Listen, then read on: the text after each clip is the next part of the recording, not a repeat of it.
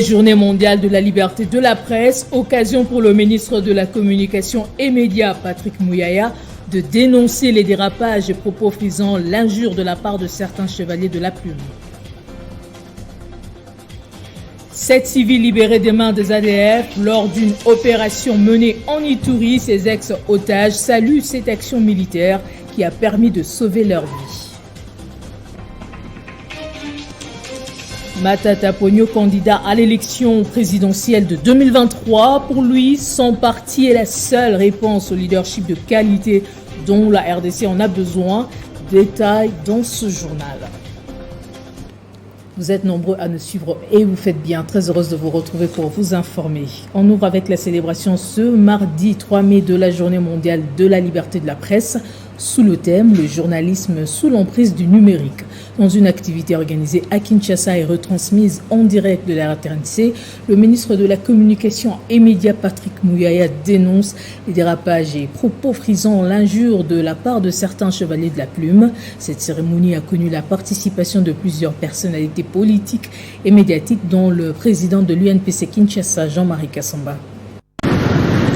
En République démocratique du Congo, cette journée n'est pas passée inaperçue. C'est l'occasion pour le ministre de la Communication et Médias, Patrick Mouyaya, d'interpeller les journalistes dans leur manière de travailler en toute responsabilité, tout en condamnant certains propos injurieux de journalistes à l'égard du chef de l'État, Félix Tshisekedi. Je voudrais ici dénoncer avec la dernière énergie les dérapages constatés il y a quelques jours avec des attaques systématiques et des propos frisant l'injure à l'endroit du président de la République, chef de l'État. Aucune liberté ne devrait s'exercer sans respecter la liberté des autres. Jean-Marie Kassamba, président de l'Union nationale de la presse du Congo, section Kinshasa, reconnaît que la liberté de la presse en RDC évolue en dents de scie et en a profité de cette occasion pour conscientiser ses confrères à plus de responsabilités dans l'exercice du métier. Surtout de ne pas céder à la panique, à la peur. Il faut continuer à faire le métier avec beaucoup de courage. Nous veillons pour leur liberté, leur sécurité. Nous travaillons naturellement avec tous les partenaires pour que l'accès aux sources, pour que ceux qui font ce métier avec beaucoup de sérieux restent journalistes. Les travaux de la confection de l'annuaire qui va répertorier tous les vrais journalistes sont arrivés presque à son thème. Et Jean-Marie Kassamba profitait aussi de l'occasion pour appeler les chevaliers de la plume à plus de conscience et surtout à se mettre en règle avec les exigences de la corporation. Les forces armées ont libéré 7 civils des mains des ADF lors d'une opération menée lundi dans la région de Loloa en Ituri. Ces ex-otages saluent cette action militaire qui a permis de sauver leur vie. Quant à la situation sécuritaire, Abdallah Penembaka, ancien gouverneur de cette province, appelle la population à éviter de se livrer aux rumeurs mais de collaborer avec l'armée. 7 civils pris en otage par les ADF lors d'une tentative d'attaque déjouée par les forces armées à Loloa dans le territoire de Mambasa ont été libérés par le FARDC grâce à une opération menée dans la région.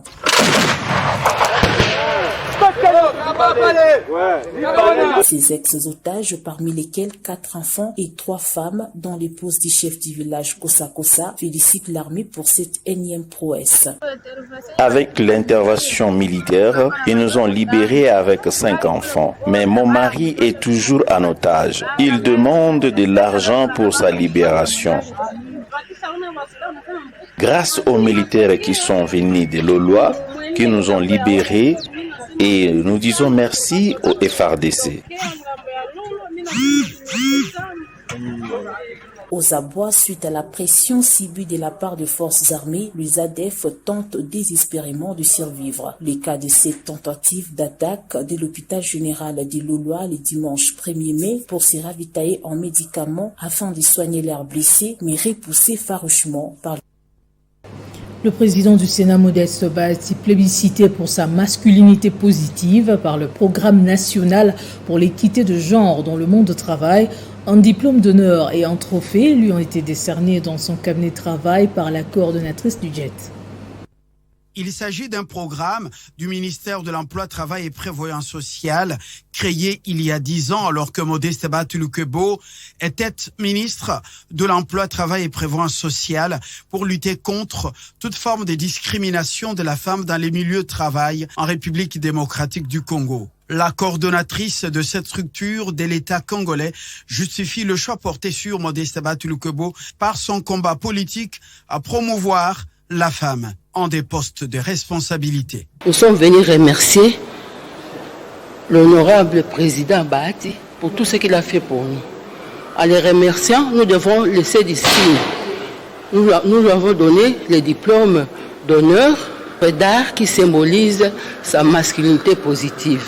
Il travaille beaucoup pour les femmes. La preuve, vous avez même au parti, il a nommé 2 femmes déjà ministres et parmi les fédéraux, nous trouvons aussi des femmes. Donc c'est un homme positif, un homme de l'espoir pour les femmes. Parce que dans les objectifs durables de 2030, nous tenons à avoir 50-50 dans les postes de responsabilité. Avec les hommes comme honorable Bahati, en tout cas, le Congo peut espérer atteindre ses objectifs. Une autre délégation reçue par le président du Sénat, c'est celle de la notabilité de Chabunda dans le Sud Kivu. En mission des plaidoyers à Kinshasa, ces notables ont déposé sur la table de Modeste Batulukebo une note des plaidoyers reprenant les priorités dans le cadre du programme de développement à travers les 145 territoires du pays, vision du chef de l'État Félix-Antoine Tshisekedi Tshilombo, conduit par le président de Lusu Chabunda, bienvenue à Béli, a fait part au speaker du Sénat que les infrastructures routières restent prioritaires pour le développement de ce coin du pays. Ouvrant le chapitre élection, il n'a fallu que quelques jours après la tenue du congrès de son nouveau parti Leadership et Gouvernance pour le développement pour enfin connaître le candidat à l'élection présidentielle de 2023 et le choix est porté sur Augustin Matata Ponyo. Allons croire, son parti est la seule réponse au leadership de qualité dont la RDC en a besoin. Ça s'est murmuré, c'est maintenant officiel. Matata Ponyo est désigné candidat président pour l'élection 2023 par son nouveau parti, Leadership et Gouvernance pour le développement. Cette désignation intervient après 3 jours du congrès. Vous qui avez l'avenir de ce pays, vous les jeunes, prenez courage et décidez dès cet instant d'adhérer au LGD pour être capable de façonner votre avenir et d'être maître de votre destin. Moi, la RDC devenir un pays développé dans 60 ans, 80 ans, c'est possible. Vous pouvez le vivre si vous décidez aujourd'hui d'appartenir au LGD. À une année de la présidentielle, l'homme à la cravate rouge lève l'option de jouer le premier rôle en tant que président du parti LGD et candidat président de la République, en dépit des quelques déboires judiciaires dont il fait objet. Matata Ponyo fait partie des grands notables, des nationalistes de ce pays, des grands techniciens de ce pays, des hommes de principe avec une certaine constance dans leurs options politiques. Et donc, il a rendu un grand hommage à tous les grands hommes de ce pays, en commençant par Patrice Emery Lumumba, ensuite Mzee Laurent Désiré Kabila, Etienne Tshisekedi, le maréchal Mobutu, bien évidemment Joseph Kabila, grand leader intemporel de ce pays. Et donc,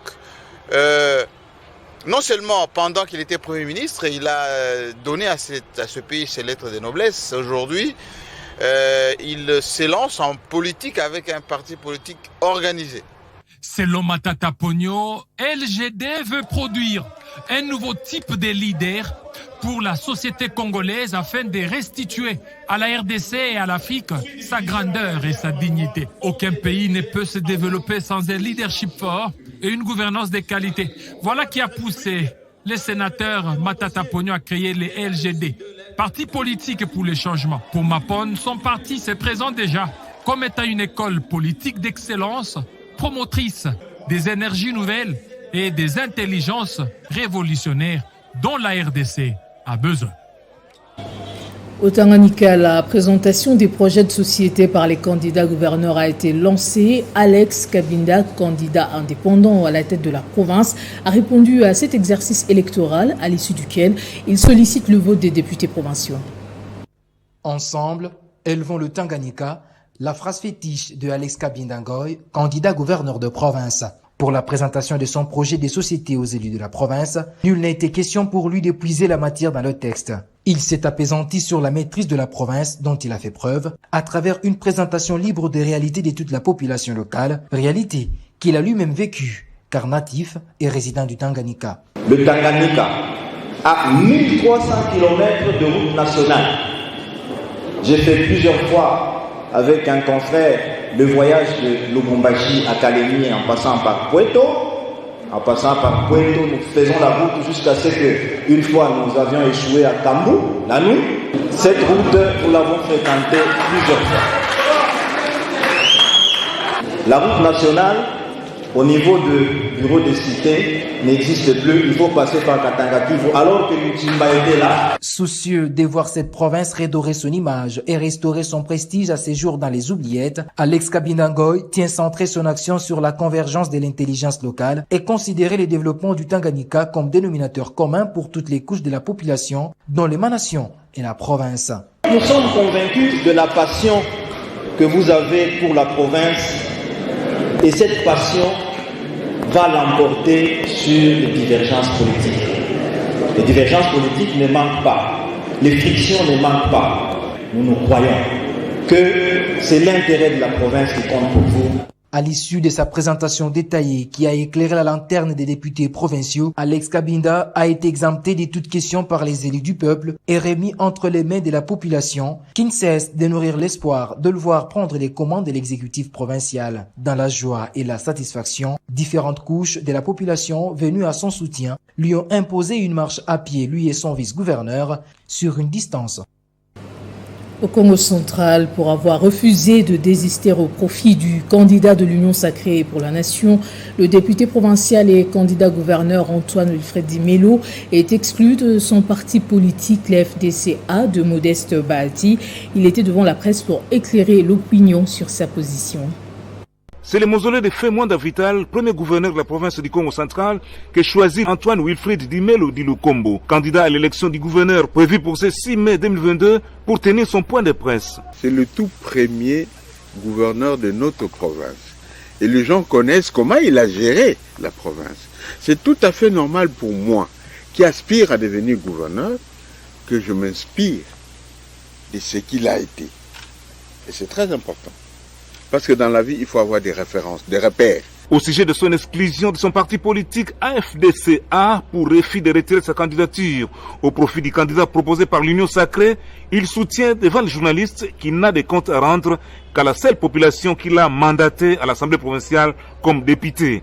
L'être ou pas l'être, l'important pour moi, c'est devenir le gouverneur de la province du Congo central pour que je puisse redonner le sourire à cette province, pour que je puisse amorcer la spirale de développement de cette province. À ses collègues grands électeurs, il leur demande de ne pas se tromper de cible le 6 mai prochain. Celui qui peut faire mieux, ce n'est pas celui qui vient de loin. Celui qui doit faire mieux, c'est celui-là qui connaît vos problèmes réels et qui veut le résoudre. Et qui a déjà commencé à apporter une solution à ces problèmes-là.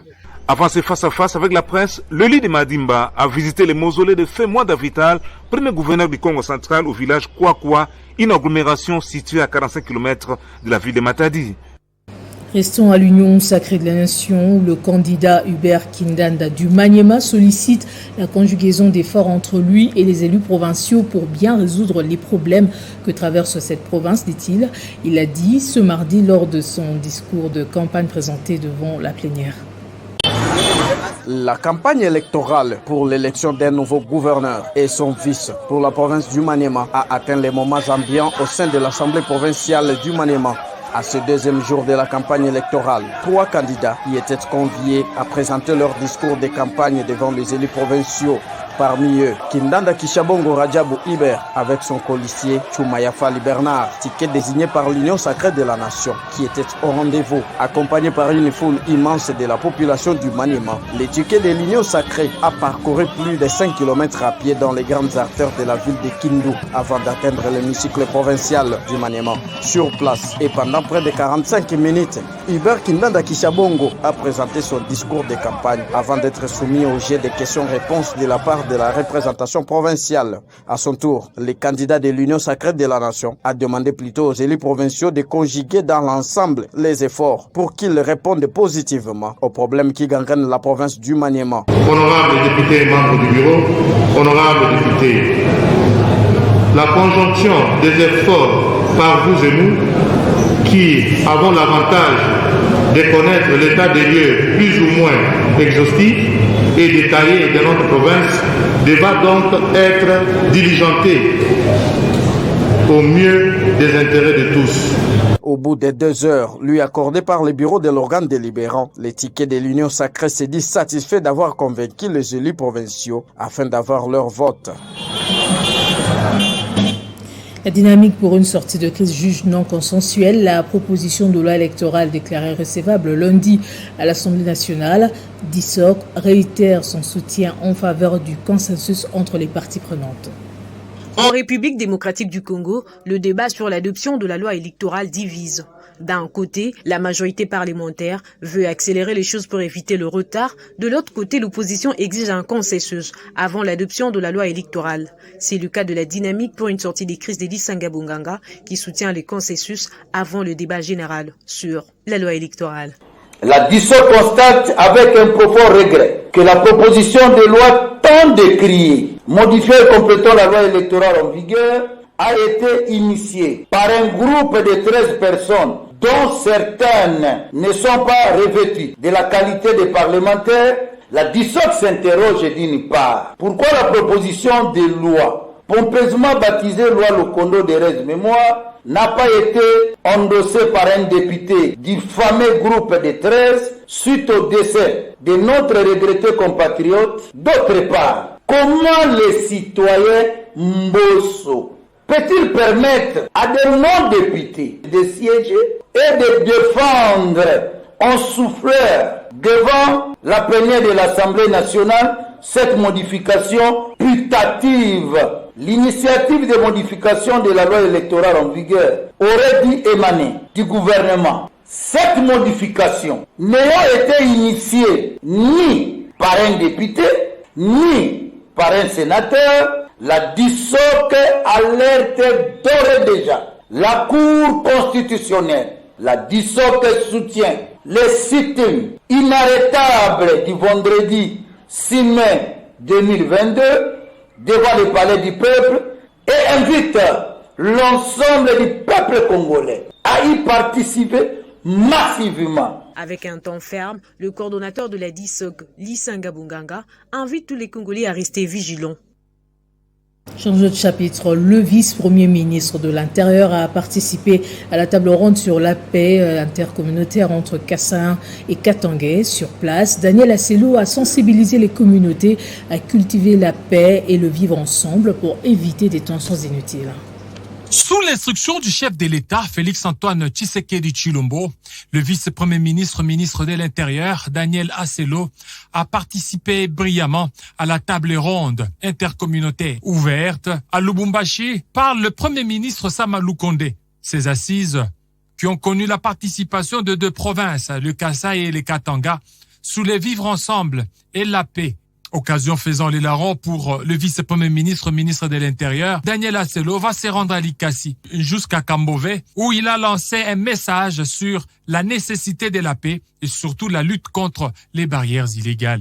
Après Likasi, direction Kasumbalesa pour sensibiliser ses administrés à privilégier la paix et aussi à lutter contre les barrières illégales. Il a profité de la même occasion pour aussi visiter le nouveau bâtiment de la mairie de Kasumbalesa. Rentré à Lubumbashi, Daniel Asselo va superviser les travaux de la table ronde, éclatée en plusieurs commissions.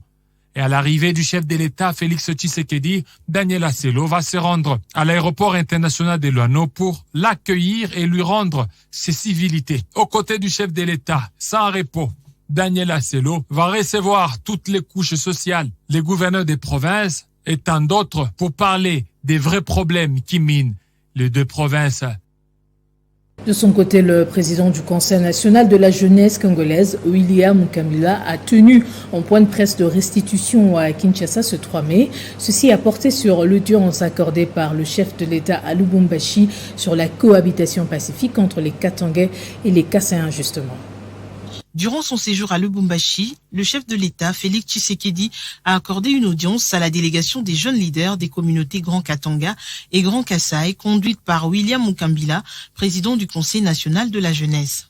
Les jeunes ont proposé la mise en place d'une task force qui sera baptisée Umoja ou bien Umoa ou un en français, aura comme objectif une tribune sociale de pacification et la résolution des conflits intercommunautaires, coordonner les activités culturelles et lutter contre les dépravations de mœurs. L'objectif était la présentation des résolutions issues d'une réflexion de 2 jours sur la paix et la cohabitation pacifique entre les deux peuples. Réflexion initiée par le Conseil national de la jeunesse avec toutes les couches des jeunes, des ceux de communautés vivant dans cette partie du pays. Les jeunes leaders du Grand Katanga et ceux du Grand Kasaï, par le biais du CNG, ont présenté aux premiers citoyens de la RDC des solutions à cette crise qu'ils qualifient de vache à lait pour les politiciens véreux.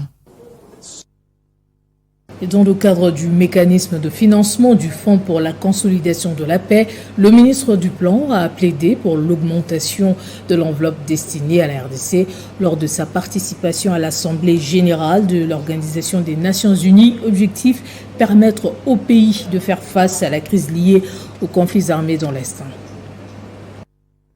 Après sa brillante intervention à New York du haut de la tribune des Nations Unies, le ministre d'État et ministre du Plan Christian Mwando Simba Kabulo est de retour au pays. Pour sa journée de travail du lundi 2 mai 2022, les membres de son cabinet et ceux de l'administration du ministère du Plan lui ont réservé un accueil chaleureux en guise de félicitations et d'encouragement pour sa brillante prestation. Une surprise pour le planificateur du gouvernement. Le ministre d'État, Christian Mwando Simba Kabulo, vient de participer à une réunion de haut niveau en assemblée générale convoquée par l'ONU afin de définir le mécanisme de financement du Fonds pour la consolidation de la paix dont la République démocratique du Congo est aussi pays bénéficiaire. On porte la voix de la RDC, surtout en ce qui concerne le plan pour le désarmement, démobilisation, réinsertion communautaire et stabilisation qui va être en cours, de manière à ce qu'on puisse donner plus de fonds à la consolidation de la paix et de manière à ce qu'on rehausse la part de la RDC. Le vote aura lieu en juillet.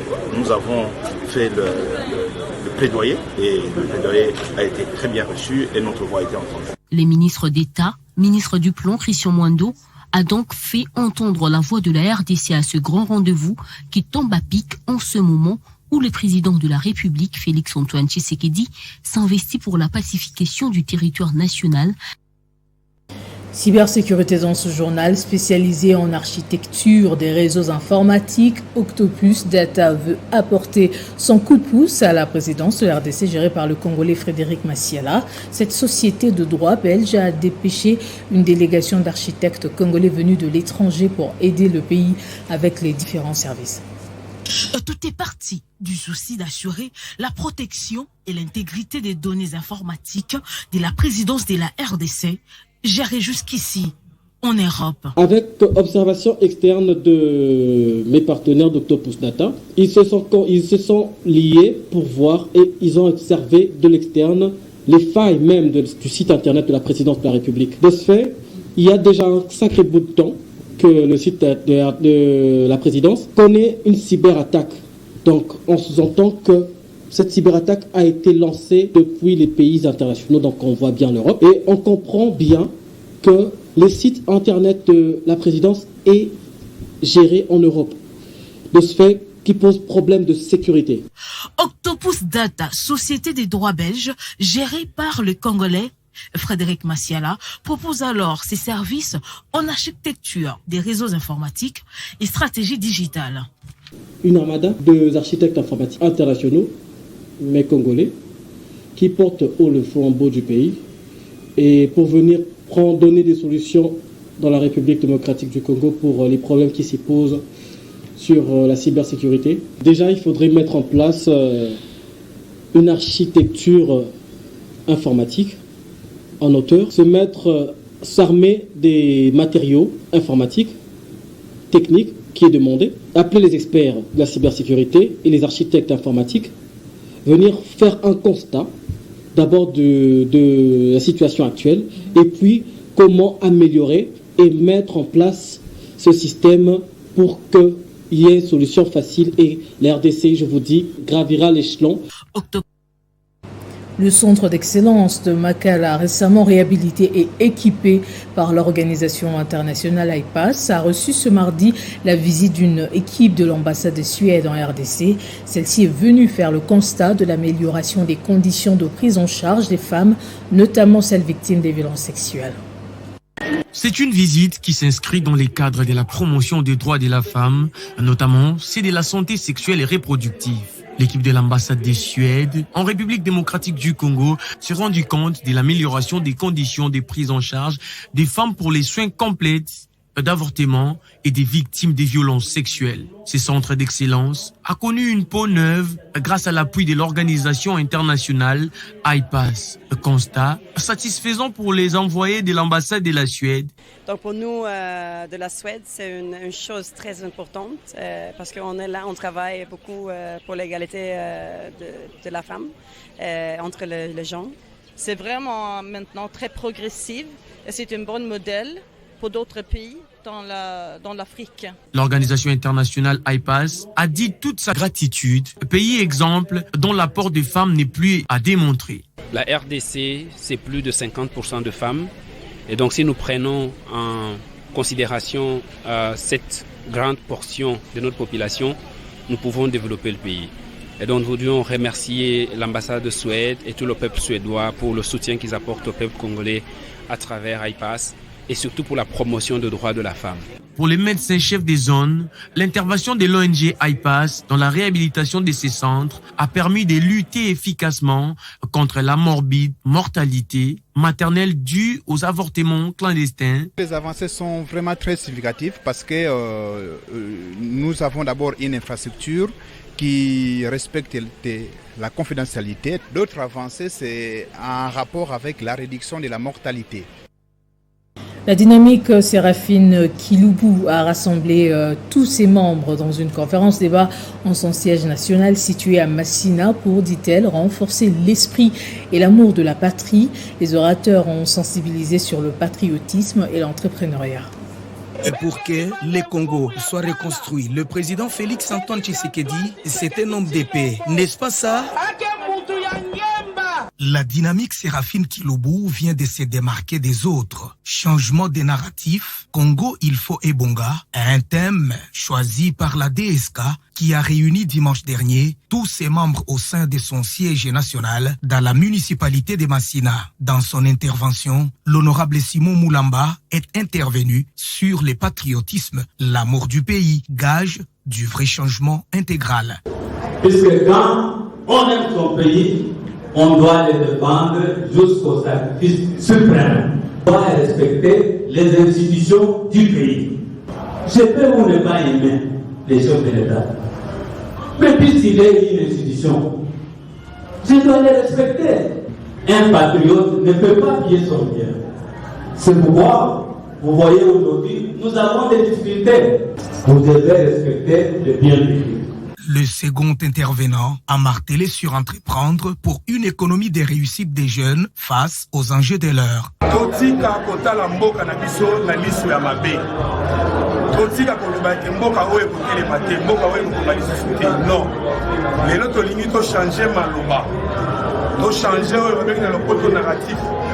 toloba ete Congo il faut ebonga mwana nyonso ya mboka esika azwami il faut aloba bolamu mpona mboka na ye aencourage baoyo bazali na bainstitution bazali kosala mpona mboka bakoba kosala po ete mboka na biso ekite liboso. Les coordonnateurs de la DSK s'insurgent contre la naïveté et surtout regarder le Congo des mauvais œils alors que c'est encore possible. En commémoration de la Journée internationale du travail, le syndicat des travailleurs libres de la Caisse nationale de sécurité sociale a organisé une rencontre festive avec les membres des comités de cellules de base près la direction générale ainsi que ceux des directions urbaines. Objectif, sensibiliser les membres de cette structure à un travail décent dans l'unité.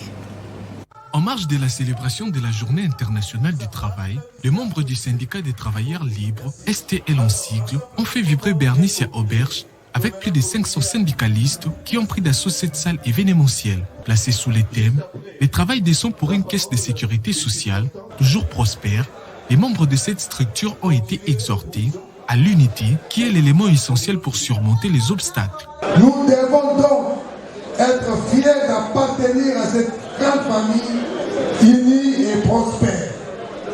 Mieux que Stern, c'est toujours Stern. On est ensemble. Ensemble nous vaincrons. Ensemble nous allons réussir. Et ensemble nous allons surmonter toutes les épreuves. Une occasion pour le coordonnateur national des STL-CNCS de dresser les bilans de sa mandature qu'il estime positif suite aux revendications qui ont trouvé des solutions, mais aussi l'implantation du STL sur toute l'étendue du pays. Il est difficile de pouvoir parler de son propre bilan. Ce sont les autres qui doivent apprécier ce qu'on a fait comme travail. Mais nous savons que le travail a été bien fait à la satisfaction de tous les membres. Le syndicat est prospère, il s'implante partout. C'est ça le fruit de ce que nous avons fait pendant ce mandat. Oui, c'est gagner les élections au niveau national pour la caisse. Être le syndicat le plus représentatif, c'est l'ambition légitime de chaque syndicat. Et nous avons cette ambition-là. Terminons avec les fidèles de l'Assemblée islamique de Al-Bayt au Congo qui étaient à l'esplanade du terrain de l'Université islamique du Congo pour célébrer la fête de Al-Eid al-Fitr, marquant la fin du jeûne du mois de Ramadan. Occasion pour le représentant légal, Cheikh Issa Mambikou Koussou, de prêcher l'unité et la paix.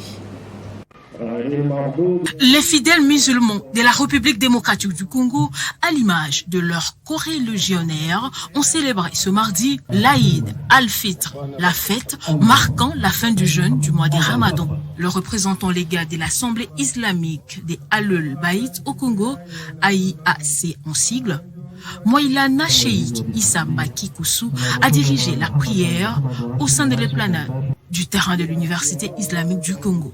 Les fidèles musulmans se sentent massivement mobilisés pour partager ce moment de dévotion. Dans son sermon, le représentant légal Cheikh Issa Mbaki a mis l'accent sur le bon comportement. Il a d'emblée incité vivement les fidèles à prendre le message d'Allah comme le meilleur modèle à suivre. Nous avons jeûné, que Dieu soit loué. Il nous a protégés pendant le mois de jeûne. Nous avons fait ce qu'il a voulu. Nous le remercions infiniment.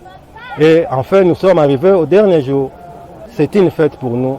Nous exhortons les musulmans de ne pas rentrer dans les péchés, de ne plus retourner c'est ce qu'ils faisaient avant, puisque pendant ces mois, nous nous sommes purifiés.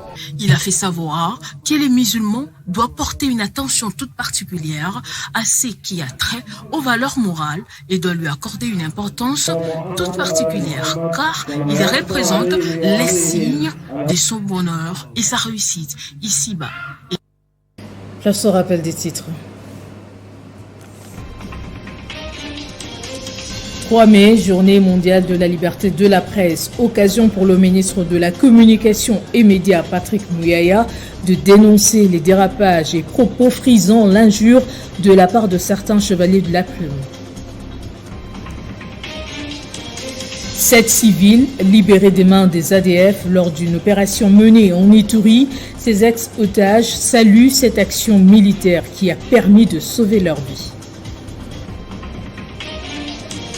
Matata Ponyo, candidat à l'élection présidentielle de 2023. Pour lui, son parti est la seule réponse au leadership de qualité dont la RDC en a besoin.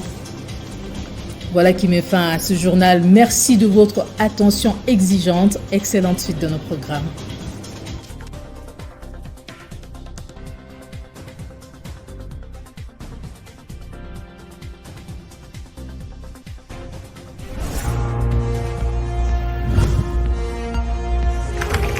L'actualité reste continue.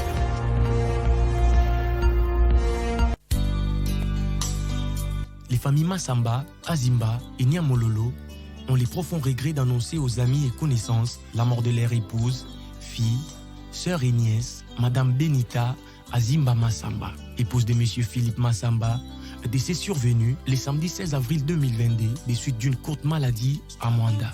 Les programmes des obsèques se présentent comme suite. Mercredi 4 mai 2022, dès 17h à l'aube, veillée mortuaire, recueillement, exhortation et témoignage à la salle Elisao, 10e rue, limité industrielle. Jeudi 5 mai 2022, de 9h à 10h, exposition de la dépouille et derniers hommages à l'hôpital du Cinquantenaire. 10h, levée du corps à la morgue du Cinquantenaire et enterrement au cimetière Nécropole. 15h, bain de consolation à la salle Elisao, 10e rue, limité industrielle. Encore